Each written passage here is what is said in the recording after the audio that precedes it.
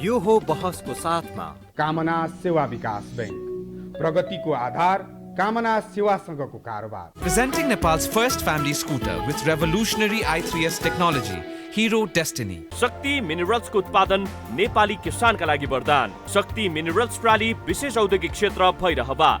मङ्गल decor, गुर्जुमार्ग 4 खाल टिल्ली बजार काठमाडौँ.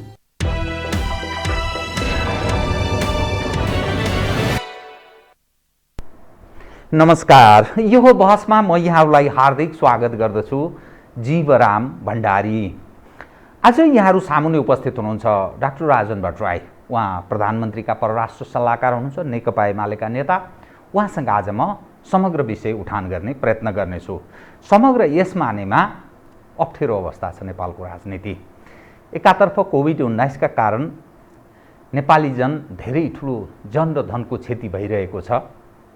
त्राइमामको अवस्था छ. मुलुक अब कसरी जीवन गुजारा गर्ने यो एउटा चिन्ताको विषय छ. अर्कातर्फ राजनीतिक लडाईँ प्रारम्भ भएको छ. राजनीतिक लडाईँ यस मानेमा प्रधानमन्त्री केपी ओली नेतृत्वको सरकारले प्रतिनिधि सभा विघटन र आगामी चुनावको तिथि तय गरेसँगै प्रमुख प्रतिपक्षी दल नेपाली कांग्रेस, नेकपा एमालेको एउटा हिस्सा अर्थात् माधव कुमार नेपाल र झलनाथ पक्ष, नेकपा माओवादी केन्द्र र जसपाको आधा हिस्सा प्रधानमन्त्रीको खिलाफमा सशक्त ढङ्गले कानुनी र राजनीतिक लडाईँमा जाने यो घोषणाका साथ अघि बढेको देखा पर्दछ. भलै सडकमा जान सक्ने अवस्था छैन, सर्वोच्च अदालत गुहार्नेदेखि लिएर आवश्यक पर्दा सडकमा पनि जान सक्ने कुरा गरिरहेको छ. यसरी हेर्दाखेरि नेपालका कम्युनिस्ट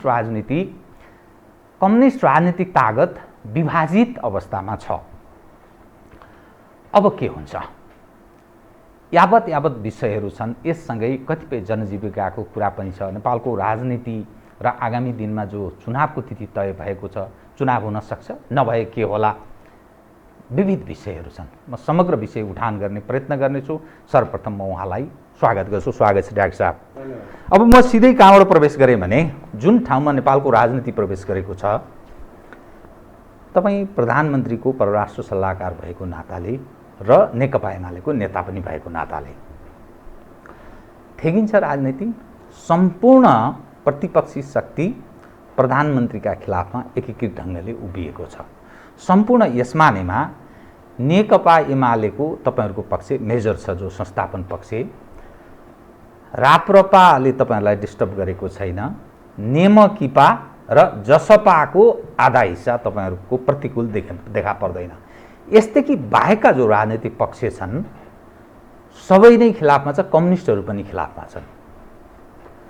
कसरी चल्छ यो? त सिधा कन्फ्रन्टेसनको अवस्था जस्तो मात्रै. पहिला यहाँलाई धन्यवाद भन्न चाहन्छु म. दोस्रो म यहाँलाई के भन्न चाहन्छु भने राजनीति को कता भन्ने कुरा चाहिँ मुद्दाले तय गर्ने हो. तपाईले उठाएको मुद्दाहरू तपाईँ ठिक ठाउँमा उभिएर उठाउनु भएको छ, जे तय गरिएका बाटा हुन् तिनलाई पछ्याउनु भएको छ भने यस किसिमका विरोध, प्रतिक्रिया, आक्रोश, आवेगमा आएर दिएका प्रतिक्रियाहरू ती रहन्छन्. कहिलेकाहीँ तिनीहरू मतलब समयक्रममा आफ्नो उसमा जान्छन्. किनभने हामी त्यस्तो एउटा व्यवस्थामा छौँ जहाँ संविधानको सर्वोच्चता, कानुनी शासन र संविधान र कानुनभन्दा बाहिर कोही पनि छैन र त्योभन्दा माथि कोही पनि छैन. संविधानले व्याख्या गरेका विषयहरू र कानुनले व्याख्या गरेका विषयहरूका बारेमा अहिले मतभिन्नता उत्पन्न भएको छ. हामीले व्याख्या गरेको, हामीले बुझेको संविधानको कुराहरू एक हिसाबले अगाडि बढेको छ. अरूले त्यसलाई होइन यो त यसो गर्नु पर्थ्यो भनेर अर्कोले अरू हिसाबले भनिरहेका छन्. त्यसमा बिचमा रहिरहेको यो फरक हो. यसमा व्यवस्थाको कुरा या मतलब चाहिँ राजनीतिको समग्र मतलब उथलपुथलको कुराहरूको अर्थ छैन. हिजो पनि यो विषय उठेको थियो. लोकतन्त्रको एउटा पक्ष के हो भने तपाईले विषयहरू अगाडि आउँछ, विरोध हुन्छ, विवाद हुन्छ, त्यसपछि त्यसले एउटा निकास दिन्छ. त्यो निकासलाई सबैले स्वीकारेर जाने कुरो हुन्छ. अहिले पनि अब विवाद भइसकेपछि उहाँहरूले कानुनी लडाईँ पनि राजनीतिक लडाईँ पनि गर्छु भनेर घोषणा गर्नुभएको छ हिजो. त्यो कानुनी लडाईँमा सायद उहाँहरू आज जानुहुन्छ होला. एउटा पाटो त्यहाँबाट त्यसको निर्गोल हुनेछ र त्यसको व्याख्या के हो भन्ने कुरा सम्मानित यो संवैधानिक हो कि असंवैधानिक त्यसले टुङ्गो लगाउला, निर्गोल गर्छ, त्यसलाई कुराउँ, टुङ्गो लगाइदिन्छ, त्यसको बाटोमा जाने हो. अब राजनीतिक लडाइँ त तपाईँको प्रतिस्पर्धा पार्टीहरूका बिचमा हुने प्रतिस्पर्धा हो। त्यो प्रतिस्पर्धा कि निर्वाचनमा देखिन्छ कि चाहिँ अरू बेलामा पनि अब इस्युहरूमा विषयहरूमा त्यो देखा पर्छ। त्यसलाई कहाँसम्म अब जिम्मेवार राजनीतिक दलले कहाँसम्म कतिसम्म लाँदा यो ठिक हुन्छ, जिम्मेवार नेताले पनि सोच्ने विषय हो। त्यो उहाँहरू कसरी जानुहुन्छ, आफूलाई जिम्मेवार ढङ्गले प्रस्तुत गर्नुभयो भने जिम्मेवार ढङ्गले जान्छ, उहाँहरू गैर जिम्मेवार ढङ्गले जाने स्थिति उत्पन्न भयो भने त्यो गैर जिम्मेवार ढङ्गले अगाडि बढ्छ। त्यसको जिम्मेवारी एउटा पक्षले मात्रै लिने कुरा हुँदैन। त्यो पक्ष भनेको के अरे त्यसको जिम्मेवारी अर्कोले पनि उत्तिकै लिनुपर्छ। इतिहासले त्यसलाई मात्रै जिम्मेवार ठहराउँदैन। अब जहाँसम्म यहाँले मतलब चाहिँ भन्नुभएको अहिलेको कोर्सको बारेमा के हो त भनेर भन्दाखेरि हामीले राजनीतिक हिसाबले र कानुनी हिसाबले म तपाईँलाई दुईवटा कुरा राख्छु। राजनीतिक हिसाबले पुस 5 गते प्रधानमन्त्रीले चालेको कदम सही रहेछ भन्ने कुरा अहिले पनि पुष्टि भइरहेको छ।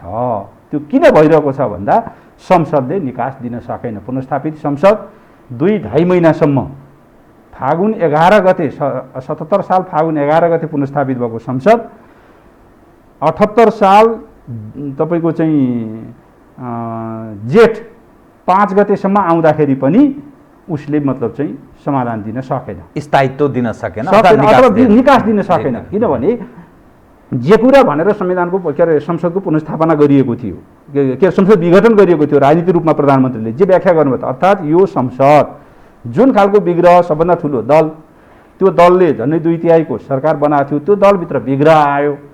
त्यो विग्रहका कारणले गर्दाखेरि अब हामी फेरि संसदभित्रैबाट गर्छौँ भन्दाखेरि यसले गलत अभ्यास लान्छ, यसले उचित निकास दिँदैन। त्यसो हुनाले लोकतन्त्रको सुन्दर पक्ष के हो भने कतिचोटि निर्वाचन भयो भनेर लोकतन्त्रमा हेरिँदैन। लोकतन्त्रमा आवश्यक पर्दाखेरि अन्तिम फैसला गर्ने को हो भन्दा जनता हुन् भनेर भनिन्छ। त्यस कारणले जनतामा जाने यही कुरालाई शिरोधार्य गरेर निर्वाचनको फैसला भएको हो।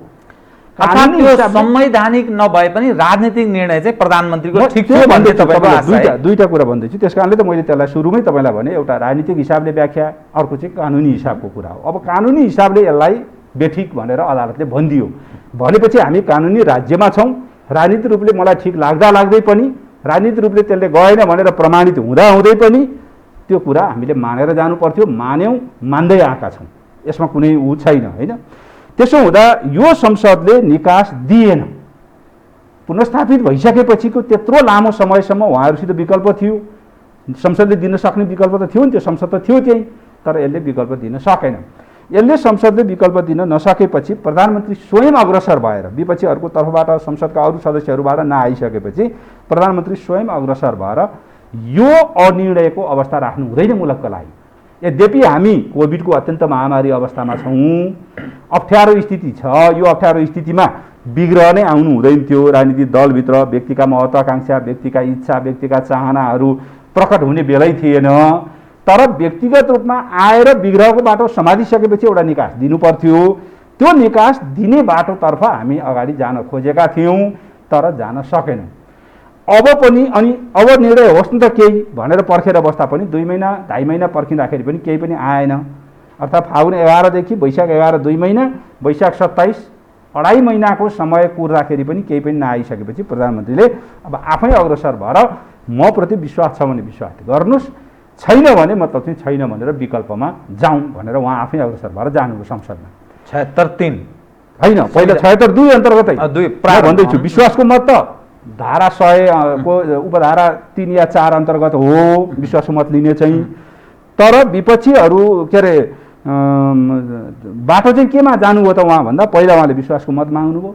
विश्वासको मत उहाँले पाउनु भएन, त्यो नपाउने एउटा लगभग उपस्थित थियो। त्यहाँ भनियो पनि उहाँलाई त चाहिँ यो मैले खोलेरै कुरा गरेँ ल, कृपया केही फरक पर्दैन।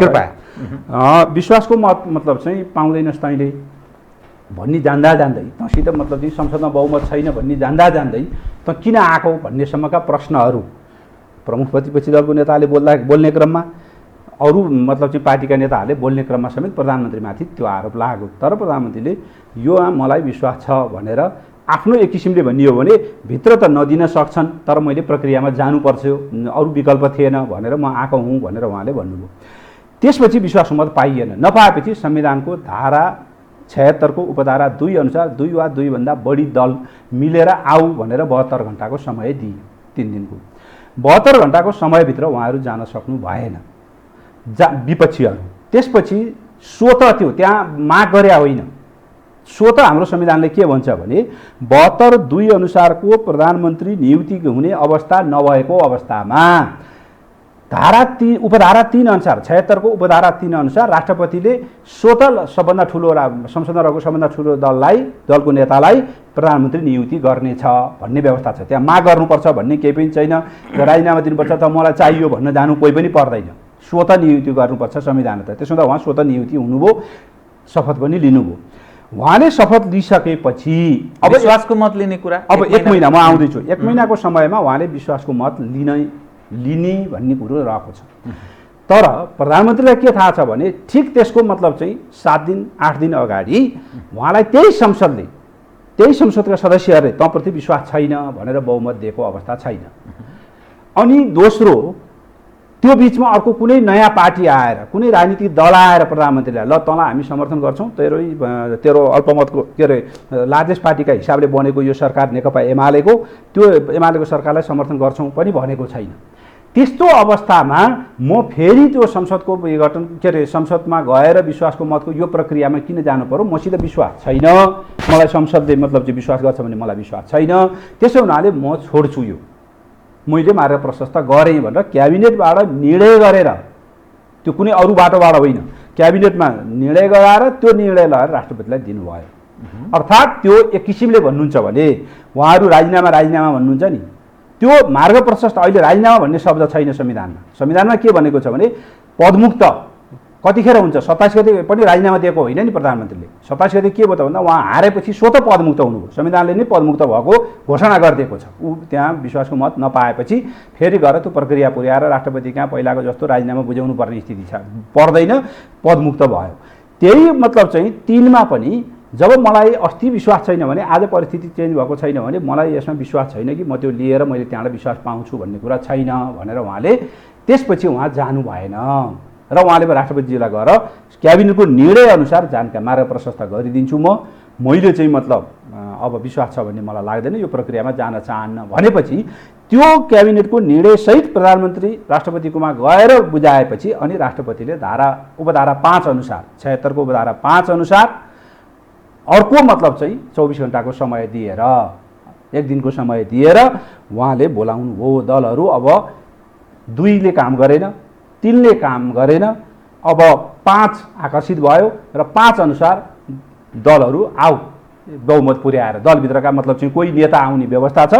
तर नेता आउँदाखेरि पनि त्यसको प्रक्रिया के हो त भन्दा दलीय व्यवस्थामा दलहरूकै मतलब चाहिँ प्रतिनिधित्व गरेर जानुपर्ने। व्यक्ति हुन्छ प्रतिनिधि सभाको, त्यो 2 मा पनि व्यक्ति नै तोकेको छ, संसदीय दलको नेता भन्ने छैन। 2 को व्याख्या पनि 5 को व्याख्या पनि त्यही नै रहेको छ।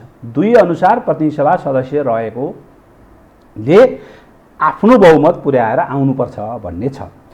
त्यो बहुमत पुर्याएर आउनुपर्छ भन्ने कुरालाई ध्यानमा राखेर पहिला अब त्यहाँ के भयो 3 को मतलब चाहिँ उहाँले म 3 बाट होइन अब 5 मा जाउँ भनेर गएर राष्ट्रपतिलाई बुझाइसकेपछि प्रतिक्रिया के हो भने राजीनामा किन नदिएको, यो नभएको त्यो नभएको भनेर त्यसलाई विरोध गरियो। पछि प्रकारेण उहाँहरू फेरि सबै मिल्नु भयो, त्यो विरोध गरेकै आधारमा होइन 5 को यो त दाबी गर्नुपर्छ भनेर उहाँहरू दाबी गर्न पुग्नुभयो। अब उहाँहरूले दाबी गरेको अवस्था के हो त? 5 को अनुसारको दाबी गरेको अवस्था। यसमा अब तीनटा चीज अलि स्पष्ट गर्नु, तपाईँ जिम्मेवार व्यक्ति भएको हुनाले दर्शकको जिज्ञासा पनि हुन्छ। प्रधानमन्त्रीले 153 जना सहितको दाबी गर्नुभयो, उहाँमा अविश्वास छ, मलाई विश्वास छैन भन्ने उहाँलाई पहिले नै लागेको व्यक्तिले किन 153 को दाबी गर्नुभयो? 149 शेरबहादुरजीले लिएर गएको हुनाले त्यो स्पष्ट बहुमत थियो, आधारसहित थियो। तपाईको माधव नेपाल पक्षको तपाईको पार्टीको नेताहरू 27 जना सायद 27 जना सहितको जुन थियो त्यो किन नदिएको? प्रधानमन्त्री ओली किन स्वतः पदमुक्त नभएको? तेस्रो भनेको 24 घण्टा मात्रै किन एकदम सीमित समय दियो? दुर्नियत छ, प्रधानमन्त्रीले राष्ट्रपतिलाई मिसयुज गर्नुभयो, त्यो गरिमालाई समाप्त पार्नका लागि प्रधानमन्त्रीको ठुलो भूमिका रह्यो भन्ने यो प्रश्न छ। यसलाई के भन्नु? म पहिलो 153 प्रधानमन्त्रीलाई कतिखेर भयो भन्दा नेकपा एमालेको लार्जेस्ट दलको हिसाबले संसदमा प्रधानमन्त्री रहँदा उहाँलाई समर्थन थिएन, आएन, किन्तु त एमालेको सरकार थियो। जब 5 ओपन भएर 5 मा मतलब चाहिँ हामी पनि सहभागी हुन तयार छौँ भनेर अर्को दल आइसकेपछि अनि बहुमत पुग्यो भनेर प्रधानमन्त्रीले दाबी गरे हो। त्योभन्दा अगाडि प्रधानमन्त्रीसित 3 मै उहाँलाई बहुमत पुग्छ भन्ने लागेको थियो भने उहाँले विश्वासमा त गइहाल्नुहुन्थ्यो। त्यो त 27 गते नै पाइन्थ्यो होला नि, 27 गते पनि पाइन्थ्यो होला। 27 गते नपाएपछि 4 गते मतलब चाहिँ के अरे 3 अन्तर्गत पाउनु पर्थ्यो। 3 अन्तर्गत दिन उहाँहरू तयार हुनु भएन, किनभने त्यो त लार्जेस्ट पार्टीका हिसाबले बन्ने सरकार थियो। त्यो नेकपा एमालेको सरकार हुन्थ्यो, त्यो गठबन्धनको सरकार हुँदैन थियो। त्यस्तो अवस्थामा जसपाको महन्त ठाकुर र राजेन्द्र महतो, जो महन्त ठाकुर पार्टीको अध्यक्ष, राजेन्द्र महतो संसदीय दलको नेताका हिसाबले उहाँहरूले समर्थन दिनुभएको थिएन। तर जब उहाँहरूले अब दिन मिल्छ, के अरे अब हामी मतलब चाहिँ 5 अन्तर्गत हो भने हामी दिन तयार छौँ भनेर उहाँहरू दिन तयार हुनुभयो। त्यसपछि प्रधानमन्त्री दाबी गर्न जानुभयो। उहाँले पत्रकार सम्मेलनमा नि भन्नुभएको छ, म प्रयास गरिरहेको छु, मसित समर्थन प्राप्त गर्न सकेँ भने म जान्छु दाबी गर्न भन्नुभएको थियो। अहिलेसम्म चाहिँ मसित छैन, मसित ऊ भएको रहेन।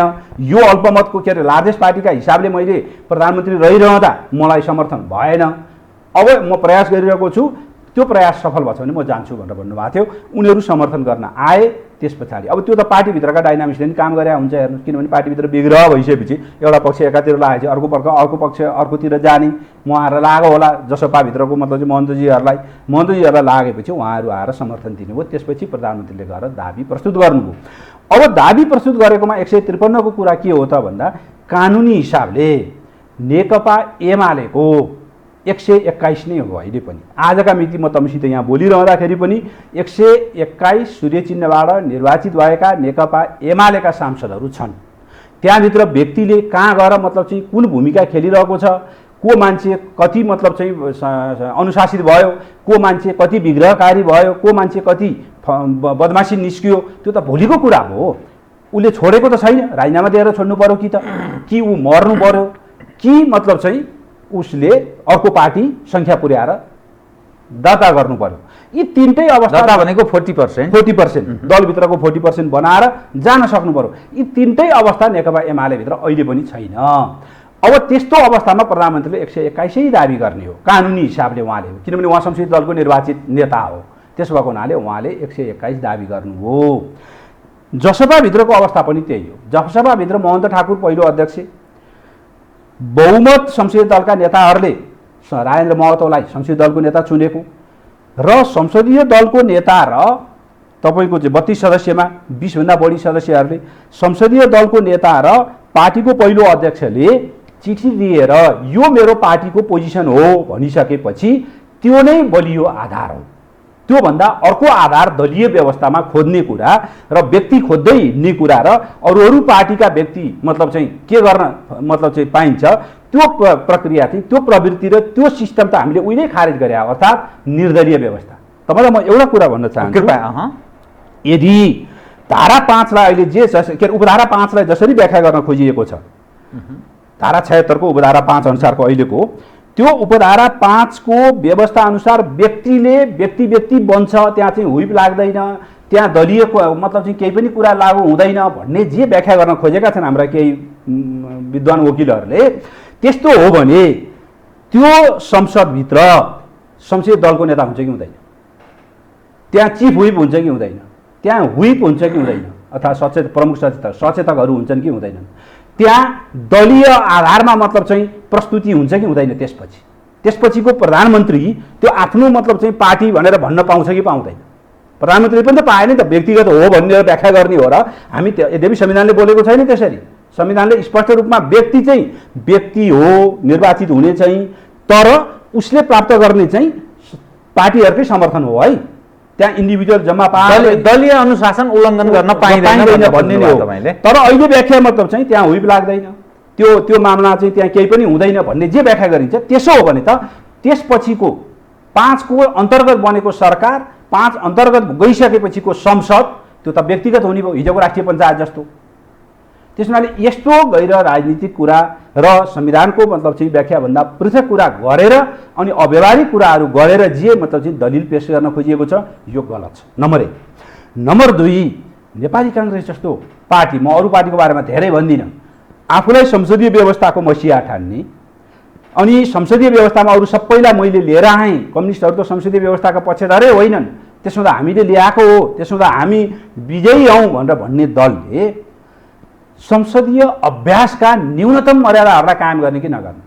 संसदीय अभ्यास भनेको के हो? दलीय व्यवस्थामा भने कि कुनै दलको बारेमा औपचारिक कुराकानी गर्नु छ भने उसले दलको नेतासित कुराकानी गर्ने कि व्यक्ति खोजेर मतलब चाहिँ इन्डिभिजुअल उसमा जाने। त्यसो गर्न थाल्दाखेरि हामीले के प्रणाली स्थापित गर्न खोजिरहेका छौँ?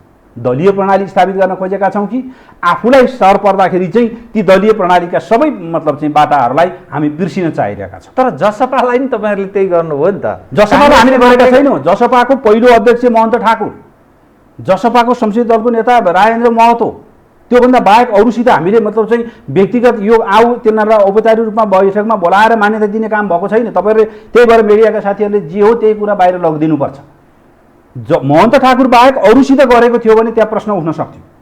महन्त ठाकुरसितै सहित उपेन्द्र यादव, तपाईँको चाहिँ बाबुराम भट्टराई, राजेन्द्र महतो सहितको बैठक गर्नुभएको छ प्रधानमन्त्रीले अगाडि, र प्रधानमन्त्रीले जसपाको प्रतिनिधित्व महन्त ठाकुर मार्फतै गरिरहनु भएको छ, जो पहिलो अध्यक्ष छ। त्योभन्दा बाहेक अरूलाई मतलब चाहिँ रिकगनाइज गरिएको छैन। नेकपा एमालेको तपाईँले नेकपा एमालेको संसदीय दलको नेता केपी ओली, नेकपा एमालेको पार्टीको अध्यक्ष केपी ओली, त्योभन्दा बाहेक उपनेता सुभाष नेमाङ, ल औपचारिक रूपमा भनियो भने संसदीय दलको उपनेता सुभाष नेमाङसम्मको कुरा हुनसक्छ। प्रमुख सचेतक अर्कै छ। त्यस्तो अवस्थामा तपाईँले व्यक्तिगत रूपमा मान्छेहरूले मलाई यसो गरे भनेर जान मिल्छ? र त्यही भित्र पनि खोट देखियो नि त। त्यो नामभित्र पनि उहाँहरूले दिएको नामभित्र पनि म होइन, मैले शेरबहादुरलाई समर्थन गर्ने गरी मतलब चाहिँ सही गरेको छैन होइन भन्ने त निस्के, वरिष्ठ नेताहरू नै निस्के। अनि त्यो कुरालाई कङ्ग्रेस जस्तो पार्टीले ध्यान दिनु पर्दैन? काङ्ग्रेसबाट गरिएको आशा चाहिँ के भन्नुहोस् त? तपाईँहरूले के आश गर्नुभयो? होइन, हामीले आज त के गरेका हौँ भने संविधानका जे प्रावधानहरू छन् ती प्रावधानमाथि कङ्ग्रेस न्यूनतम रूपमा टेक्छ, नम्बर 1। दोस्रो, कङ्ग्रेसले संसदीय व्यवस्थाका न्यूनतम मर्यादाहरूलाई पालना गर्छ। अर्थात् त्यो भनेको के हो भने दलसित गर्छ उसले वार्ता, दलीय व्यवस्थामा दलसित कुराकानी गर्छ, दलको नेतासित उसको चाहिँ संवाद हुन्छ, औपचारिक रूपमा दलले पठाएका प्रतिनिधिका बिचमा मतलब चाहिँ कुराकानी हुन्छ। तपाईँले बिचबिच बाटोबाट मतलब चाहिँ विग्रह गर्दै हिँड्ने र सडकमा मतलब चाहिँ निस्केका मान्छेहरूलाई समेट्दै अनि ल तँलाई म यो दिन्छु तँलाई यो दिन्छु भनेर त्यो भागबन्डा लगाएर अनि दलीय व्यवस्था सुदृढ हुन्छ? काङ्ग्रेस सहित प्रतिपक्षको यतिखेरको धारणा भनेको संसद जुन ढङ्गले प्रतिनिधि सभा विघटन गर्नुभयो प्रधानमन्त्रीले असंवैधानिक छ र राष्ट्रपतिको दुर्नियत छ र दुरुपयोग भयो राष्ट्रपतिको भन्ने दृष्टिकोणका साथ यसलाई च्यालेन्ज गर्ने र कठोरतम कठोर ढङ्गले प्रस्तुत हुने सशक्त रूपमा सशक्त यस मानेमा आवश्यक पर्दा चुनाव बहिष्कार गर्ने हदसम्ममा जान सकिन्छ है भन्ने आशयहरू कतिपय उनीहरूको नेतृत्व पङ्क्तिका व्यक्तिहरूबाट आइरहेको छ। दुईटा कुरा बताइदिनुहोस् त। पहिलो तपाईँलाई के भन्न चाहन्छु भने जब यो खालको तपाईँले के देख्नुभयो भने मैले अघि व्याख्या गरेँ, प्रधानमन्त्री के लिएर जानुभयो, शेरबहादुर देउवा के लिएर जानुभयो। अर्थात् शेरबहादुर देउवासित आफू 61 हो, नेकपा माओवादीको 49, 50, 110 हो, त्यो जायज छ। त्यसपछिको सङ्ख्या शेरबहादुर देउवाले कसरी दाबी गर्न मिल्छ संसदीय व्यवस्थामा? त्यसपछिको व्यवस्था भनेको बहुमत सदस्य बोकेर महन्त ठाकुर र राजेन्द्र महतो बस्नु भएको छ संसदीय दलमा, मतलब चाहिँ दलको नेता भनेर राजेन्द्र महतोले रिकगनाइज पाइसकेको अवस्था छ, राजेन्द्र महतो दलको नेता भइसकेको अवस्था छ, महन्त ठाकुर पहिलो अध्यक्ष रहेको छ। हामी छैनौँ भनेर शेरबहादुर देउवालाई गएर उहाँहरूले यसमा जसपा छैन है भनेर पटक पटक भन्नुभएको छ। अनि 32 सदस्यमा 12 सदस्य त्यसरी लिन मिल्छ? न त त्यो अर्को पार्टी बनिसकेका छ औपचारिक रूपमा कानुनी हिसाबले, न त त्यहाँ मतलब चाहिँ व्यक्तिगत रूपमा के अरे त्यो गर्ने व्यवस्था हुनसक्छ। नेकपा एमालेको 121 भित्रको 27 जना भनेर उहाँहरूले दाबी गर्नुभएको छ, 27 जनाको सही भनेर।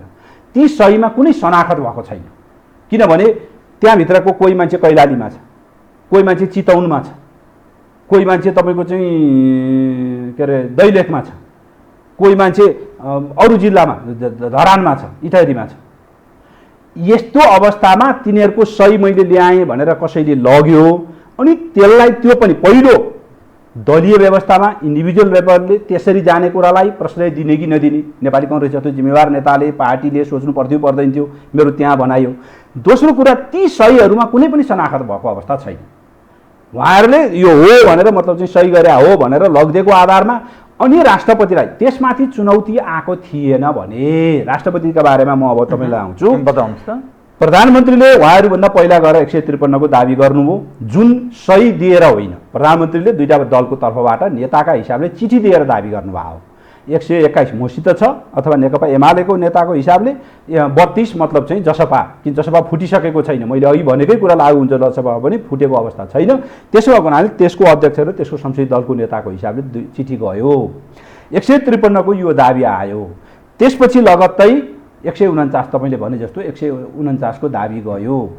त्यो तथाकथित 149 को दाबीभित्र शनाखत गर्ने कुरा त राष्ट्रपतिलाई त जानकारी हुँदैन। त्यो दाबीको विवाद सुरु भयो। जति बेला उहाँहरूले हामीसित 149 पुर्यायौँ भने तत्काल प्रतिक्रिया आयो सुरेन्द्र पाण्डे नेकपा एमालेको नेताले, मेरो शेरबहादुर देउवालाई प्रधानमन्त्री बनाउने सहमति होइन। उहाँको भोइस छ, उहाँले बोलेको। गोकर्ण विष्टले बोल्नु भएको छ, योगेश भट्टराईले बोल्नु भएको छ, जयकुमार राईले त सामान्य राष्ट्रपतिज्यूलाई चिठी नै लेखेर मेरो त्यसमा सहमति छैन, म अहिले सुनसरी धरानमा छु भनेर लेख्नु भएको छ। त्यसपछि तपाईँको चाहिँ अरू थुप्रै त्योसित जोडिएका। तपाईँ यस्तो व्यवस्थामा एकजना मात्रैले पनि त्यहाँ मेरो सहमति छैन भनिसकेपछि त्यो विषयमा त स्वयं शेरबहादुरजीले उहाँले पुनर्विचार गर्नु पर्थ्यो। ओहो ल यो त मतलब चाहिँ मलाई त जे विश्वास गरेर 27 भनेर लिएर आए रहेनछ त, असहमति त आयो त भनेपछि यो त एकजना भए पनि तपाईँले एक बोरा आलुमा आलु राख्नुहुन्छ तर एउटै मात्रै आलु पनि बदमासी भेटियो भने त्यसले अरू आलु सखाप बनाउँछ भने जस्तै हो। यस्तो व्यवस्थामा एकजना मान्छेको पनि फर्जी सिग्नेचर रहेछ भनिसकेपछि त त्यहाँ त एकजनाको कुरो छैन, 6-7 जनाले बोलिसके। यस्तो अवस्थामा मैले गर्नु हुँदैन थियो भनेर उहाँहरू ब्याक हुनु पर्थ्यो। यहाँ चाहिँ यो राजनीतिक रूपले अत्यन्त अराजनीतिक अनैतिक खालका कुराहरू भए, असंसदीय भए, यस्तो गर्नु हुँदैन थियो भनेर उहाँहरू ब्याक हुनु पर्थ्यो। त्यो नभइसकेपछि उहाँहरूले बुझाउनु होला, उहाँहरूले बुझाउनु भयो। अब राष्ट्रपतिलाई यदि त्यो मैले अघि भनेको अवस्थामा साँच्चै भन्नुहुन्छ भने प्रधानमन्त्री र महन्त ठाकुरले दिएकोमा त कुनै अरू किसिमको खोट गर्ने ठाउँ त छैन नि उहाँहरूले चाहिँ मतलब कानुनी हिसाबले त। किनभने अहिले पनि उहाँहरू त्यही दलको हो, त्यही दलको नेताको हिसाबले दिनुभएको छ। संसदीय दलमाथि चुनौती आएको छैन केपी ओलीको, संसदीय दलमाथि चुनौती आएको छैन राजेन्द्र महतोको, आए पनि अल्पमतको आएको छ, बहुमत छैन भनिसकेपछि त बहुमतले निर्णय गर्ने हो व्यवस्थामा। त्यसमा बहुमतको आयो भने उहाँले मान्यता दिन सक्नु पर्थ्यो, तर उहाँले त्यसलाई पनि मान्यता दिन्न र मतलब चाहिँ 149 को त त्यस किसिमको विग्रहकारी कुराहरू पब्लिकली पनि आए र मलाई चिठी पनि आएको हुनाले यस्तो अवस्थामा राष्ट्रपति के गर्नु पर्थ्यो? संविधानको धारा 76 को उपधारा 5 ले के भन्छ भन्दा राष्ट्रपतिले विश्वसनीय आधार अर्थात् बलियो आधार देख्नु भएन भने सरकार बनाउनु पर्छ भन्ने बाध्यकारी अवस्था छैन। त्यसमा केही न केही राष्ट्रपतिको स्वविवेकीय अधिकार छ। त्यो स्वविवेकीय अधिकारलाई प्रयोग गरेर त्यहाँ केपी ओलीलाई नियुक्ति दिएको थियो भने ल केपी ओलीलाई सरकार चला भनेर भनेको थियो भने यसमा अलिकति बायस भयो भन्ने ठाउँ रहन्थ्यो होला। उहाँले त केपी ओलीले ल्याएकोलाई पनि म अहिले इन्टरटेन गर्दिनँ, शेरबहादुर देउवाले ल्याएकोलाई पनि म इन्टरटेन गर्दिनँ, गर्न सक्दिनँ। किनभने यी दुवै कुरा विवादमा तानिए। त्यसमा थप फेरि जसपाको नेता महन्त ठाकुरले पछि चिठी लेख्नुभयो, मेरा ती चाहिँ जो शेरबहादुरलाई समर्थन भनेर गएका छन् त्यसमा हाम्रो पार्टीको समर्थन होइन है, दलीय समर्थन छैन भन्ने चिठी गयो। नेकपा एमालेको तर्फबाट पनि जो 27 जना तपाईँले काउन्ट गर्नुभएको छ, एक त तिनीहरू आफैले भनिसके त्यसभित्र पार्टीको सहमति छैन है भनेर भनिसकियो। अब दलीय हिसाबले दुईटा दलले चिठी दिइसकेपछि ती मान्छेहरू ल मान्नुहोस् राष्ट्रपतिले मानेकै थियो भने पनि भोलिपल्ट अनुशासनको कारबाही भएर निष्कासन हुँदा शेरबहादुरजी कुन सङ्ख्यामाथि उभिएर मतलब चाहिँ प्रधानमन्त्री दाबी गर्न मिल्थ्यो त उहाँले? त्यसो हुँदा यस्ता विषयहरूलाई यो त हेर्नुहोस् अहिले मान्छेको के छ भने आक्रोश, कुण्ठा अनि एक किसिमको मतलब चाहिँ अब होला यसको राजनीतिक अरू कुराहरू पनि होला, म धेरै अहिले तपाईँसित नभनौँ। यो कुराले आएका प्रतिक्रियाहरू भोलि साँच्चै नै ठन्डा दिमागले राजनीतिलाई सोच्नेहरूले सोच्ने छन् कि मतलब चाहिँ किन राजनीति त आजको 2 दिनको खेल त होइन नि, यो त हेर्नुहोस् वर्षौँसम्म मतलब चाहिँ इतिहासमा दर्ज हुने कुरा हो र इतिहासमा तपाईँले गरेका हरेक घटनाहरूको तपाईँले उभिएर त्यसको जवाफदेही त दिनुपर्छ, तपाईँ जवाफदेही हुनुपर्छ र जनताले पर वर्ष हेरिरहेछन् यी सबै घटनाहरू। हामी के नबोलौँ भने राष्ट्रपति उपरको सामाजिक सञ्जालहरूमा आएका प्रतिक्रिया र कतिपय राजनीतिक दलहरूले गरेका टीका टिप्पणी, प्रधानमन्त्री उपरका टीका टिप्पणी र प्रतिक्रिया, त्यो हेर्नु भएको छ तपाईँहरूले? हेरेका छौँ। नेपाली समाज यो के भइरहेको छ तपाईँ अनि के लाग्छ तपाईँहरू के ठानिरहनु लाग्छ? मलाई के लाग्छ भने हामी यति धेरै कुण्ठाग्रस्त भएका छौँ, यति धेरै अधैर्य भएका छौँ, यति धेरै मतलब चाहिँ अराजनीतिक भएका छौँ समाजलाई हामीले त्यस्ता तर नेता अगुवा नै त्यो बाटोमा हिँडेपछि तपाईँ अरू के कुरा मतलब चाहिँ तपाईँ उ गर्न सक्नुहुन्छ? तपाईँलाई म एउटा भन्छु, 46 सालको आन्दोलन सम्पन्न भयो, 48 सालको निर्वाचनमा मदन भण्डारीले एउटा प्रस्ताव राख्नुभयो, कम्युनिस्ट र काङ्ग्रेस मिलेर चुनाव लडौँ, हामी निश्चित सङ्ख्यामा लड्छौँ, तपाईँहरू निश्चित सङ्ख्यामा। कङ्ग्रेसले सुन्नै चाहेन, कम्युनिस्टहरूले जम्मा 5-6 सिट ल्याउने हुन्, यिनीहरूसित मिल्नु हुँदैन भनेर मतलब चाहिँ गऱ्यो। त्यति बेला मदन भण्डारीले त्यो किन भन्नुभएको थियो भन्दा यो व्यवस्थालाई हामीले मिलेर ल्याएका हौँ, यसलाई मिलेर हामी अगाडि मतलब चाहिँ संस्थागत गरेर प्रतिस्पर्धा गर्ने एउटा बाटो हो, तर यसलाई स्थायित्व दिनका लागि संस्थागत बनाउनका लागि किन संविधान भर्खर आएको छ, कानुनहरू भर्खर बनाउँदैछौँ, यस्तो बिचमा हामी विवादमा पार्टीगत स्वार्थ आफ्ना व्यक्तिगत स्वार्थहरूमा बढी अल्मलियौँ भने यो व्यवस्था धराशायी बन्न सक्छ है, यसको स्वामित्वमाथि प्रश्न उठ्छ है भन्ने कुरा गर्नुभएको थियो। तर कङ्ग्रेसले सुनेन, त्यसको परिणाम हामीले भोगिसक्यौँ। म तपाईँलाई भन्न चाहन्छु अहिले के भइरहेको छ भने 5 वर्षका लागि निर्वाचित केपी ओलीको नेतृत्व हाम्रै पार्टीभित्रका धुन्धुकारी र विग्रहकारीहरूले जे गरे त्यसको बारेमा एउटा पाटो रह्यो। तर मेरो भनाइ के हो भने त्यसका पनि एउटा न्यूनतम सीमाभित्र ठिक छ, नेकपा एमाले विभाजित भएर औपचारिक रूपमा विभाजित भएर 40% पुर्याएर माधव नेपालहरू कङ्ग्रेसलाई समर्थन गर्न जाँदा कङ्ग्रेसले समर्थन लिनुपर्छ, किन विपक्षीको दायित्वै हो उसले मतलब चाहिँ समर्थन लिने, त्यसपछि सरकार बनाउने सङ्ख्या पुर्याएर केपी ओलीलाई अपदस्थ गर्ने, त्यसमा विवादै छैन, त्यो गरे हुन्छ, त्यो त्यसमा आपत्ति होइन। तर जुन पार्टीभित्र उनीहरूले 40% पनि पुर्याउन सकेका छैनन्, पार्टी छोड्न पनि सकेका छैनन्, अनि त्यही पार्टीभित्र अराजनीतिक हिसाबले अनैतिक हिसाबले अनुशासनहीन हिसाबले प्रस्तुत भइरहेको जमातलाई बोकेर अनि म चाहिँ मतलब सत्ताको दावेदारी के अरे दावा गर्ने अनि त्यो पाइन र पाइन भनेर सिङ्गो मतलब चाहिँ उसमा जाने कुरा यति गैर जिम्मेवार हुन मिल्छ? यो व्यवस्था ल्याएका शक्तिहरू यति व्यथिति मतलब चाहिँ यो तहको व्यथितिमा पुर्याउन मिल्छ उसलाई? मान्छेका महत्त्वाकांक्षा, मान्छेका कुण्ठा, मान्छेका अहङ्कारी स्वभावहरूलाई तपाईँले कहाँसम्म इन्टरटेन गर्ने? काङ्ग्रेस माधव नेपालको विग्रह भनेको, हाम्रो पार्टीभित्रको माधव नेपालको विग्रह भनेको विशुद्ध त्यही होइन। नवौँ महाधिवेशन हामीले 71 सालमा सम्पन्न गऱ्यौँ, उहाँ अध्यक्षमा उठ्नुभयो, पराजित हुनुभयो केपी ओलीसित। त्योभन्दा अगाडि झलनाथ खनाल दलको नेता उठ्नुभयो, पराजित हुनुभयो केपी ओलीसित।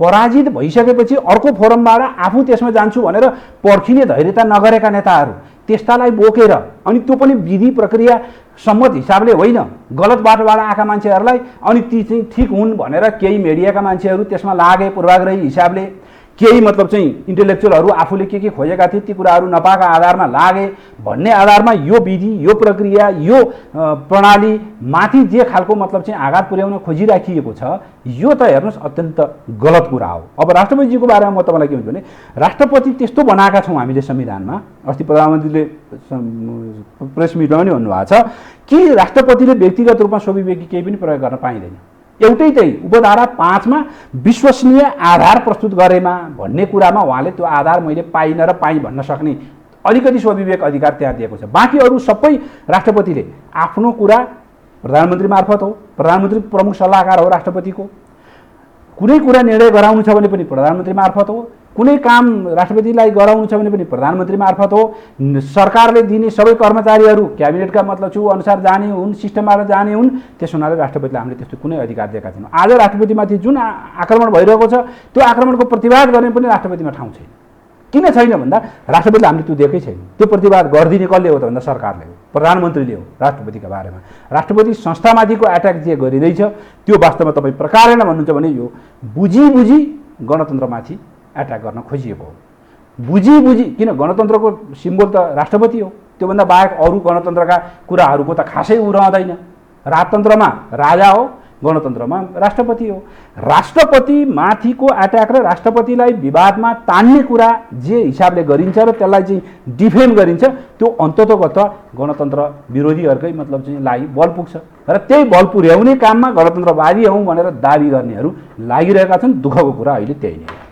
तपाईँले भनौँ न काङ्ग्रेसको नेतृत्वबाट त आश गर्नुभएछ कमसेकम यो प्रजातान्त्रिक चरित्र, यो लोकतान्त्रिक चरित्र काङ्ग्रेस जस्तो इतिहास भएको पार्टीले त्यो व्यवहार गर्नुपर्थ्यो प्रचण्डजी, माधव कुमार नेपालजी, झलनाथ खनाल अनि बाबुरामहरूबाट चाहिँ त्यो आश गर्नुभएको थिएन? प्रचण्डजी, बाबुराम त यो संसदीय व्यवस्थालाई ध्वस्त पार्न नसकेपछि यहाँ आएर सरेन्डर गर्नुभयो। प्रचण्डजी र बाबुरामजीको त यसप्रतिको स्वामित्व रहन्छ, यसलाई अपनत्व लिनुहुन्छ भन्ने विश्वासै छैन हामी। यो सिस्टमै हामीले ल्याएको भन्नुहुन्छ नि उहाँहरू। सिस्टम त त्यो भन्नलाई भन्ने हो, राजनीतिमा मतलब चाहिँ भन्नलाई भन्ने कुरा र आफूले गणतन्त्र नै हाम्रो एजेन्डा हो। यसमा इतिहास एमाले र काङ्ग्रेसलाई हामीले घसेटेर पछि लागेको मात्रै हो भन्नुहुन्छ नि? होइन, इतिहास साक्षी छ नि त। इतिहास के साक्षी छ भने 46 सालको आन्दोलन पछाडि 47 सालमा संविधान आयो, 48 सालमा निर्वाचन भयो, उहाँहरूले पहिलो निर्वाचन भाग लिनुभयो। त्यसपछि दोस्रो निर्वाचन 52 सालमा पुग्दा नपुग्दा उहाँहरू बहिष्कार गरेर भूमिगत भएर अनि हतियार उठाएर अब कहाँ बसेर केका लागि कसरी गर्नुभयो त्यो त छर्लङ्ग छ त अहिले। त्यसमा मैले धेरै अहिले व्याख्या समय तपाईँको किन खर्च गर्ने?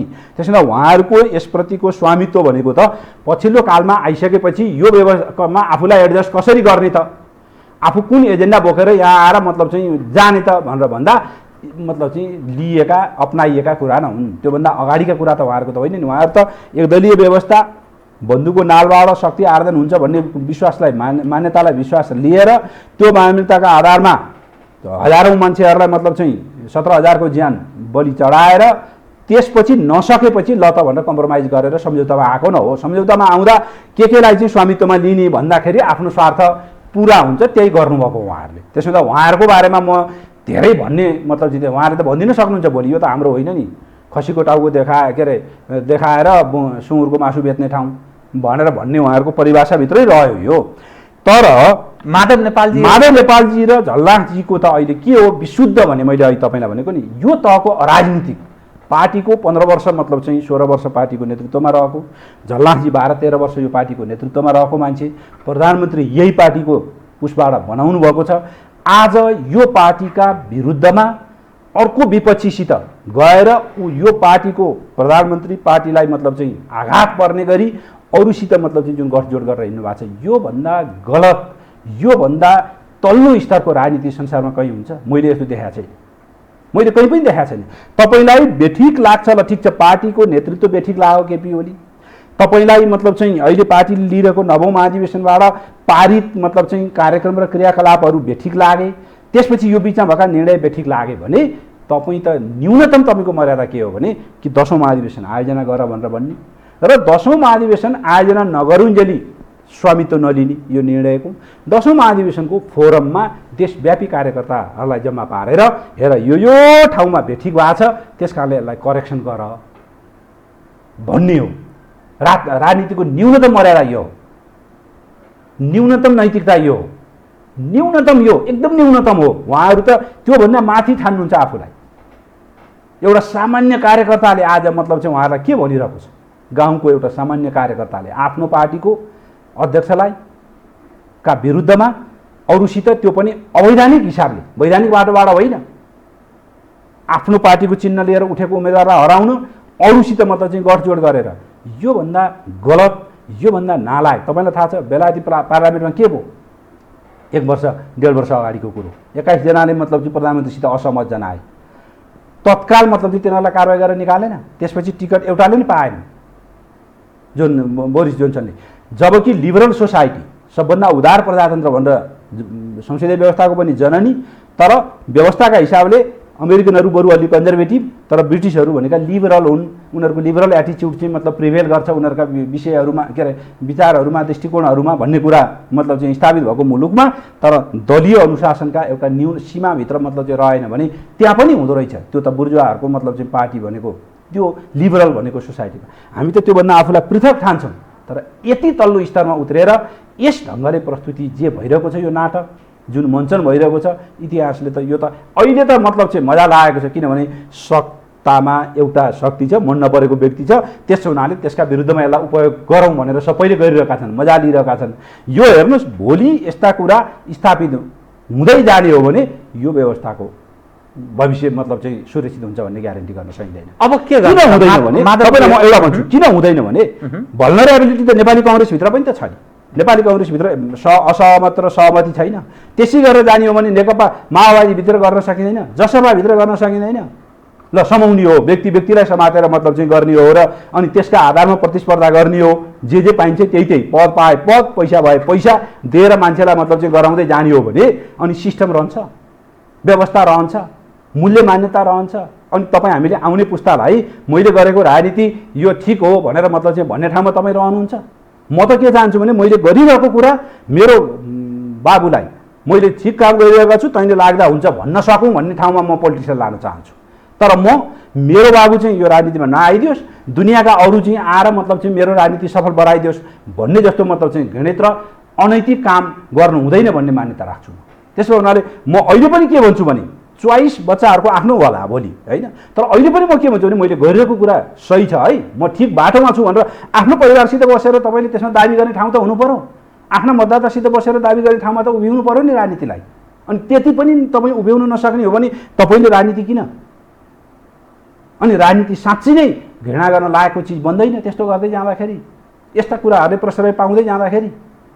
अब माधव नेपालहरूको सवालमा तपाईँहरूको दृष्टिकोण के त बताउनुहोस् त? अब के हुने त? उहाँहरूको राजनीतिक पक्षलाई तपाईँहरूले के धारणा बनाउनु भएको छ? होइन, उहाँहरूले त सीमाका सबै चिज मिचिसक्नु भएको छ त। के गर्नु? हेर्नुहोस्, यो गिलासलाई यहाँसम्म ल्याउँदा न तपाईँले अडिने खोज्छ, यहाँ तल गएपछि त खर्च फुट्छ। अब के गर्ने त? अब होइन, अब भनेको त उहाँहरूले जे मतलब चाहिँ व्यतिथि र जे उल्लङ्घन गर्नुभएको छ त्यस बापत पार्टीले अब उचित फोरमबाट उचित प्रक्रियाबाट उहाँहरूलाई कारबाहीको कुरा अगाडि बढाउला। अब म कार्यक्रमको अन्त्यतिर आएँ। चुनाव हुन्छ त? चुनाव हुनु परेन, भएन भने हुन सकेन। यो महामारीको बेला छ, महामारीको छ, प्रतिपक्षहरू अलग ढङ्गले प्रस्तुत भइरहेका छन्। सुन्नुहोस्, अलिकति टसलमा गयो भने के हुने बताउनु? म अलिकति तपाईँलाई महामारीको कुरा चाहिँ भन्छु है। महामारीको यस्तो भयावह स्थिति अहिले जे रहिरहेको छ, यद्यपि त्यसमा अलिकति शिथिलता थोरै देखा परेको छ, यद्यपि हामी ढुक्क हुने स्थिति छँदै छैन। र यो दोस्रो वेभको फेरि यसलाई नियन्त्रण गर्दाखेरि पनि तेस्रो पनि आउँछ है भन्ने दबाब हामीलाई परिरहेको छ। यस्तो अवस्थामा हामीले दुई खालको एप्रोच, स्ट्राटेजिक एप्रोच लिनुपर्छ। एउटा इमिडिएट मतलब चाहिँ यसका सम्बोधन गर्दै जाने, उपचारका कुरा गर्ने, मतलब औषधिका कुरा, अक्सिजनका कुरा गर्दै जाने कामहरू गर्नुपर्छ भने अर्को हामीले लङ टर्म यसको निदान भनेको भ्याक्सिन नै हो। भ्याक्सिन लगाएर मात्रै यसमा नियन्त्रणमा आएका छन् सफल मुलुकहरू। त्यस अनुरूपको त मोबिलाइज भएको राजदूतावासहरू परराष्ट्रले त्यो भूमिका निर्वाह गरेको जस्तो अर्थ लाग्दैन यो घटनाक्रम हेर्दा? हामी गरिरहेका छौँ र म तपाईँकै माध्यमबाट पनि के भन्न चाहन्छु, यदि तपाईँहरूलाई पनि त्यसमा कन्फ्युजन छ भने तपाईँहरूले पनि यसमा प्रष्ट हुनुहोस्। हामी पहिलो सम्बोधन गर्नका लागि पनि अथक प्रयास गरिरहेका छौँ, देशभित्रैका साधन स्रोत सबैको परिचालन गरिरहेका छौँ। त्यसका बावजुद पनि अब भइरहेको छ, मतलब चाहिँ होइन, मृत्यु भइरहेको छ। मृत्युको सङ्ख्या हामीले सोचेभन्दा अलिकति माथि रहेको छ, त्यो दुःखद पक्ष हो। यसमा हामी सबै गम्भीर छौँ र गम्भीर बन्नुपर्छ, अझ गम्भीर बन्नुपर्छ। यसमा विवादै छैन, यो रोक्नुपर्छ, किनभने जनताको जीवनको सुरक्षा नै पहिलो कुरा हो। जीवन रहेन भने देश रहँदैन, देश रहेन भने तपाईँले मतलब चाहिँ के को राजनीति रहन्छ? त्यसमा हुनाले पहिलो जीवन नै हो। नागरिकको जीवनसित कसैलाई पनि खेलवाड गर्ने छुट छैन, वर्तमान सरकारलाई पनि छैन, व्यक्तिलाई पनि छैन। यो हामी गर्नुपर्छ, अधिकतम कोसिस हो। दोस्रो कुरा के हो भनेर भन्दाखेरि त्यो जीवन जोगाउने कुरामा गरिने प्रयासहरू भनेका चाहिँ अहिलेका इमिडिएट प्रयासहरू हुन्। अब हामीले दीर्घकालीन रूपमा भ्याक्सिनकै बाटोमा जानुपर्छ। कहिलेसम्म? र भ्याक्सिन अहिले प्रधानमन्त्रीको परराष्ट्र सल्लाहकार भएको नाताले अलि स्पष्ट गर्नुहोस्, यो अलि आम दर्शकलाई पनि कमसेकम ढाडस होस् कि ए गर्दै रहेछ सरकारले भन्ने त्यो विश्वासयोग्य आधार त्यही भन्न चाहन्छु तपाईँलाई। मैले भन्न खोजेको कुरा हो यही नै हो कि भ्याक्सिनका बारेमा हामीले सुरुमा भ्याक्सिन सिरम इन्स्टिच्युटबाट, SII भन्छन्, सिरम इन्स्टिच्युट अफ इन्डिया, त्यो सिरम इन्स्टिच्युट अफ इन्डियासित सुरुमा इन्डियाले हामीलाई 10 लाख ग्रान्टमा दियो, अनुदानमा दियो। त्यसपछि 1 लाख नेपाल आर्मीलाई पनि अनुदानमा दियो, 11 लाख भयो। बाँकी 20 लाख चाहिँ हामीले किन्छौँ भनेर भन्यौँ सिरमबाट। किन्छौँ भनेर हामीले त्यसको एडभान्स पेमेन्ट गऱ्यौँ, किन पहिल्यै तिर्नुपर्छ पैसा भनेर भने। त्यसपछि पहिले नै हामीले त्यसको चुक्ता, मतलब चुक्ता भनेको 80%भन्दा बढी पैसा त्यसलाई बुझाइयो, जबकि हाम्रो ऐनले त्यो दिँदैन थियो। क्याबिनेटबाट विशेष निर्णय गरेर त्यो पैसा बुझाइयो। त्यो बुझाइसकेपछि 10 लाख आयो। अब हाम्रो बुझाइ के थियो भने बाँकी 10 लाख पनि आउनेछ भन्ने भयो। त्यसो हुँदा पहिलो चरणमा आएको 10 लाख र पछि आएको 10 लाख र लाई जोडेर हामीले लगाउन सुरु गऱ्यौँ। त्यो लगाउन पहिलो चरणको लगाउँदा करिब 17 लाख नेपालीहरूले त्यो पहिलो चरणको खोप लगाइसकेका छन् र अब उनीहरू दोस्रो चरणका लागि पर्खेर बसेका छन्। त्यो दोस्रो चरणका लागि त्यो 10 लाख आउँछ भनेर हामी चाहिँ त्यो 10 लाख आउँछ, त्यसपछि बाँकी मतलब चाहिँ जुन नपुग हुन्छ त्यो पनि हामी किन्छौँ भनेर हामी लागि परेका थियौँ। त्यसमा किनभने कोभ्याक्सको आउँथ्यो, कोभ्याक्सले 20 लाख हामीलाई दिने भनेको थियो। कोभ्याक्स भनेको चाहिँ WHO ले जुन कन्सोर्टियम बनाएको छ, WHO को कन्सोर्टियमको माध्यमबाट डेभलपिङ कन्ट्रीहरू, कमजोर मुलुकहरू जो छन्, अल्प विकसित र अविकसित मुलुकहरू, तिनीहरूलाई पनि भ्याक्सिन उपलब्ध गराउने भनेर फन्ड विकसित मुलुकहरूले त्यहाँ फन्ड जम्मा गरे, कन्ट्रिब्युसन गर्न सक्ने जतिले, र अब गच्छेअनुसार सानो मुलुकहरूले पनि गरे, र उनीहरूले गच्छेअनुसार बनाएको त्यो कन्सोर्टियमको माध्यमबाट 20 लाख आउँछ भन्ने हाम्रो बुझाइ हो।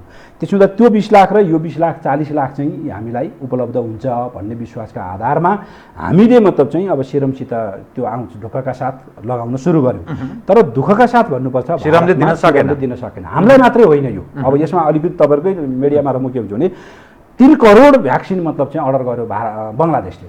त्यो उसले एडभान्स पेमेन्टकै माध्यमबाट हामीले जुन बाटो उसले पनि पाउन सकेको छैन। भारत सरकारले एक्ज्याक्टली भारत सरकारले पाउन सकेका छैन हैन। श्रीलङ्काले भारत सरकारले नै पहिलो डोज लगाएका मान्छेलाई दोस्रो दिन सकेका छैन, श्रीलङ्काले पनि पाउन सकेन। अनि कोभ्याक्सको पनि दुर्भाग्य के हो भन्दा भारत त संसारको सबभन्दा धेरै भ्याक्सिन प्रोड्युसर कन्ट्री, भ्याक्सिन उत्पादन गर्ने कन्ट्री संसारको सबभन्दा नम्बर 1 भारत, त्यसभित्र नि सिरम चाहिँ सबभन्दा धेरै नाम चलेको भारतको पुणेमा रहेको, त्यसलाई नै भर परेछ कोभ्याक्सले पनि, अर्थात् WHO ले पनि, त्यो कन्सोर्टियमले पनि त्यसबाट आउनु पर्यो। भनेपछि त हाम्रो सबैको केन्द्रित कहाँ भयो त भन्दा सिरममै गयो। सिरम ब्याङ्क्रप्ट भयो अथवा सिरम चाहिँ अब के भयो, हाम्रो चाहिँ जल्यो, हाम्रो के भयो भनेर उसले चाहिँ बाहिर आफूलाई बेलायततिर सियो, बेलायततिर भाग्यो। अब भारतीय सरकारको खोइ थाहा छैन त्यसमा भूमिका हैन। अनि भारतीय अदालतले घोषणा गरिदियो फेरि कि भारतीयहरूलाई नलगाइकन अरूलाई नदिनु भनेर भारतीय अदालतले अत्यन्त गैर जिम्मेवार एक किसिमले अमानवीय निर्णय गरिदियो। हाम्रो विश्वास छ त्यो निर्णय भारतीय अदालतले पुनर्विचार गर्नेछ। यो अवस्था भइसकेपछि सिरमको जुन अनुरूप भारतीय नागरिकले लगाइ नसकेसम्म अरू देशलाई जाने सम्भावना रहेन होइन। त्यो अदालतको आधार बनाउने अदालतको त्यो भनाइ छ, तर हाम्रो जोड त्यो गर्नु हुँदैन भन्ने रहिरहेको छ। अरूको पनि जोड छ, हाम्रो मात्रै होइन। मैले अघि भनेका मुलुकहरू पनि छन्, अरू अफ्रिकन मुलुकहरू पनि छन्, थुप्रैले उसित भर परे अवस्था हो। कोभ्याक्स स्वयं भनेको मतलब चाहिँ WHO ले बनाएको कन्सोर्टियम नै त्यसैमा भर परेको अवस्था हो। अब दोस्रो तपाईँलाई म भनौँ, यो एउटा पाटो छ हामीसित। त्यसो हुँदा यसको हामी सबै च्यानलबाट अब यसमा हामीले यसलाई कसरी पूर्ति गर्ने त भनेर भन्दाखेरि अहिले हामीले दुई तीनवटा देशसित कुरा गरेका छौँ। एउटा बेलायतसित, बेलायतले यो कोभ्याक्स के अरे यो एस्ट्राजेनिका, अहिले हामी यसको बारेमा कुरा गरिरहेका छौँ। बेलायतको अक्सफोर्ड युनिभर्सिटीले उत्पादन गरेको र भारतमा के अरे इनोभेसन गरेको होइन, र भारतको सिरम इन्स्टिच्युटले प्रड्युस गर्ने यो एस्ट्राजेनिका मतलब चाहिँ भ्याक्सिनको बारेमा हामी चर्चा गरिरहेका छौँ। यो बेलायतले सबैभन्दा धेरै लगाएको छ। अब कतिपय युरोपियन मुलुक र अमेरिकनहरूले, अस्ट्रेलियनले चाहिँ यो चाहिँ पूर्ण मतलब चाहिँ प्रुफ भएन, त्यसो हुँदा हामी लाउँदैनौँ भनेर उनीहरूले पहिला अर्डर गरे बेलायतसँग अथवा मतलब उत्पादक कम्पनीहरूसित विभिन्न देशका, त्यो अर्डर गरेर उनीहरूले लगेर राखिदिन्छन्। जस्तो 6 करोडदेखि 8 करोड अमेरिकामा स्टक छ भन्ने छ। स्क्यान्डिनेभियन कन्ट्रीहरू, डेनमार्क, स्विडेन, नर्वे, फिनल्यान्ड जस्ता मुलुकहरूले यो प्रयोग गरेनन्। उनीहरूले अरू नै अमेरिकन उत्पादन फाइजर, मोडर्ना जस्ता गरे भन्ने छ। अस्ट्रेलियाले फाइजर गर्यो, यो गरेन भन्ने छ। जब उनीहरूले एस्ट्राजेनिका चाहिँ अथवा बेलायतको मतलब चाहिँ अक्सफोर्डले उत्पादन गरेको प्रयोग नगर्ने हो भने हामीलाई देऊ न त भनेर हाम्रो चाहिँ जोड रहिरहेको छ। हामी यसका लागि अमेरिकन सरकार प्रयत्नरत हुनुहुन्छ, अधिकतम प्रयत्नरत छौँ। अमेरिकन मतलब चाहिँ उसित मतलब चाहिँ अब भोलि सायद आज या भोलि हाम्रो परराष्ट्र मन्त्रीको कुराकानी हुन्छ। बेलायती राज्य मन्त्रीसित अस्ति मात्रै परराष्ट्र मन्त्रीले कुराकानी गर्नुभएको छ। बेलायती संसदमा कुरा उठेको छ, के अरे अमेरिकन सिनेटमा कुरा उठेको छ। राजदूत हाम्रो त्यहाँ चाहिँ विभिन्न चरणको कुराकानीमा हुनुहुन्छ। अब उनीहरूले मतलब चाहिँ हामीलाई यति भो भनेर भनिसक्ने स्थिति बनाएको छैन, तर उनीहरू अत्यन्त सकारात्मक छौँ। हामी अप्ठ्यारो परेको छ नेपाललाई जुन हिसाबले यहाँ बढिरहेको छ त्यसमा हामी सकारात्मक छौँ भनेका छन्। त्यसभन्दा बाहेक हामी अस्ट्रेलियासित पनि कुराकानी एप्रोच बढाइरहेका छौँ। मैले भने स्क्यान्डिनेभियन कम्युनिटीसित रहिरहेको त्यो बचतलाई पनि हामी मिल्छ भने हामीलाई देऊ, किनभने हामी चाहिँ त्यही युज गरिरहेका छौँ। त्यो सेकेन्ड डोज भने पनि कम्तीमा त्यो युज गरौँ भन्ने एउटा पाटो यो भ्याक्सिनको। दोस्रो पाटो भ्याक्सिनको हाम्रो के हो भनेर भन्दाखेरि अब अरू सम्भावित ठाउँहरू कहाँ हुन् त भनेर भन्दा अरू सम्भावित ठाउँ भनेको चाइना, अर्को सम्भावित भनेको रसिया हो। अहिले सबभन्दा धेरै सेल र स्पुत्निकको के समस्या म त्यही भन्दैछु। चाइनासित हामीले पहिलो हामीले 8 लाख पायौँ त्यो चाहिँ अनुदानमा। अब हामी किन्छौँ भनेर हामीले कुराहरू अगाडि बढाइरहेका छौँ। उनीहरू सकारात्मक छन्, र छिटोभन्दा छिटो हामीलाई चाहियो हामीले भनिरहेका छौँ र म आशावादी छु। म अहिले यति मात्रै भन्न सक्छु, किनभने एग्रिमेन्ट नभइसकेको कुरामा धेरै बोल्नु उपयुक्त हुँदैन। म धेरै नै आशावादी के छु भने हामीले निकट भविष्यमा चाइनाबाट खोप ल्याउने स्थिति बन्छ र त्यो भेरोसेलको चाहिँ अहिले त्यसको भरपर्दो अवस्था पनि धेरै नै माथि छ। 94-95% भनेर आइरहेको छ, जुन कुरा चाहिँ हाम्रो 80% 81%मा छ अस्ट्रेजेनिकाको बेलायतको उत्पादन होइन, तर के अरे इन्डियाको उत्पादन। त्यसो भएको हुनाले त्यो भेरोसेलको चाहिँ मतलब भ्याक्सिन नेपालमा हामी ल्याउन सक्छौँ र नेपालीहरूलाई हामी निकट भविष्यबाट त्यसलाई अहिले पनि हामीले त जारी राखेका छौँ सेकेन्ड डोज चाइनिज, तर यो भनेको अत्यन्त लिमिटेड सङ्ख्यामा रहेको छ, सानो सङ्ख्यालाई भइरहेको छ भने आम जनसमुदायका बिचमा भ्याक्सिन पुर्याउने कुराका लागि धेरै भरपर्दो गरी कुराकानी अगाडि बढेको छ। विभिन्न तहमा, राजदूतावासको तहमा, मन्त्री मतलबको तहमा, हामी प्रधानमन्त्रीका सचिवालयको तहबाट कुराकानी भइरहेको छ र अब योभन्दा माथिबाट पनि कुराकानी हुने तयारी भइरहेको छ, अथवा उच्च तहको कुराकानी हामी अगाडि बढाइरहेका छौँ र भ्याक्सिन नै हाम्रो दीर्घकालिक निदान हो। यसमा हामी सुरक्षित हुनुपर्छ। अब रसियाको बारेमा, स्पुत्निकको बारेमा हामीले मतलब चाहिँ उहाँहरूसित कुराकानी अगाडि बढाएका छौँ। भारतले केही ल्यायो, तर अरू देशमा पुग्ने कुरामा जुन खालको उत्पादनको कुरा हो त्यो चाहिँ त्यति पाइएको छैन। अहिले अर्को कुरा पनि म यहाँलाई भन्न चाहन्छु, कुनै कम्पनीले, व्यक्तिगत के अरे मतलब चाहिँ प्राइभेट कम्पनीले होइन, निजी संस्थाहरूले ल्याउन चाहन्छन् भने पनि सरकारले त्यस्ता निजी संस्थाहरूको कनेक्सनलाई प्रयोग गरेर ल्याउन अनुमति दिएको छ, त्यो ल्याउन पाइन्छ। अब यहाँ कतिलाई के परेको छ भने सरकारले मात्रै ल्याउने हो कि भन्ने खालको होइन, सरकारले पहल गरिरहेको छ। सरकार अधिकतम कोसिसका साथ, र म धेरै नै आशावादी छु कि मतलब हामीले निकट भविष्यमा भ्याक्सिन पाउँछौँ र भ्याक्सिन चाहिँ आम स्केलमै, मतलब मैले यसमा फेरि लिमिटेड जुन समय टेन्टेटिभ लगभगको केही भन्न सकिने स्थिति म त्यो नभनौँ, त्यो चाहिँ मैले भन्दाखेरि भोलि मतलब चाहिँ अब किनभने यो मैले भने नि त एग्रिमेन्ट भएपछि भएका भोलिपल्ट भन्न सकिन्छ हामीले यो एग्रिमेन्ट गरेका छौँ, यो टाइमलाइन फिक्स भएको छ, हामी टाइमलाइन फिक्समा छौँ। हामी सकेसम्म छिटो गराउने पक्षमा छौँ, किनभने हामी सबैलाई थाहा छ हामीलाई यो बेगरको अरू उपाय भनेका हाम्रा अस्थायी हुन् र अरू भनेका हाम्रा चाहिँ जोखिमयुक्त कुराहरू हुन्। त्यसो हुँदा भ्याक्सिन नै हाम्रो जोखिममुक्त गराउने कुरा हो। त्यसो हुनाले म जनसमुदायलाई आश्वस्त रहन र सरकार यसमा लागिरहेको छ र हामी ल्याउन सक्छौँ, ल्याउँछौँ, त्यो विश्वासमा रहनका लागि अनुरोध पनि गर्न चाहन्छु तपाईँको टिभी च्यानल मार्फत। डाक्टर साहब धन्यवाद तपाईँलाई। आदरणीय दर्शकवृन्द, उहाँ हुनुहुन्थ्यो डाक्टर राजन भट्टराई, प्रधानमन्त्रीका परराष्ट्र सल्लाहकार तथा नेकपा एमालेका नेता। समसामयिक विषयलाई केन्द्रमा राखेर गरिएको कुराकानी म सहित मेरो सम्पूर्ण युनिटलाई कार्यक्रमबाट बिदा दिनुहोस्, तर यो हो टेलिभिजन हेर्दै रहनुहोला। नमस्कार।